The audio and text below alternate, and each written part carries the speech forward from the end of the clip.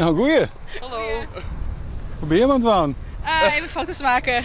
Even genieten van de bloemen. Net even naar de Keukenhof. Ja, bijna hetzelfde. Ja. Maar hier is dichterbij. En wat voor foto's wil het dan? Nou ja, een beetje dom doen, een beetje hier naartoe lopen en dan gewoon weten niet zo goed.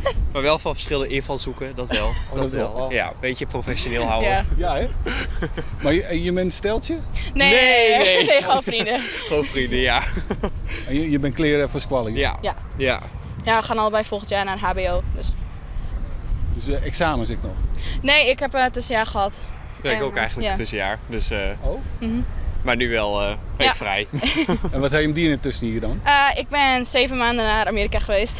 Oh? En ben naar een high school geweest. Zo. Ja, En hoe wie dat? dat was echt heel leuk. Ja. Maar nou weer naar het HBO. Ja, hierna naar het HBO, naar NHL waarschijnlijk. En kun je dat nog wel opbrengen dan? Ja, ik heb juist heel veel zin in. En Dodan, wat is nou... Ja, ik heb gewoon gewerkt en nu ga ik ook HBO doen. Maar dan in Rotterdam, dus een stukje hier vandaan. Oké, wat voor studie is dit dan? Muziektheater.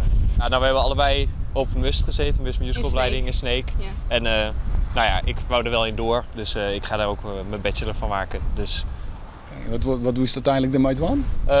nou, wel in musical spelen hopelijk. Of wat muziektheatervoorstellingen. Dus, maar musical vind ik wel echt het leukst.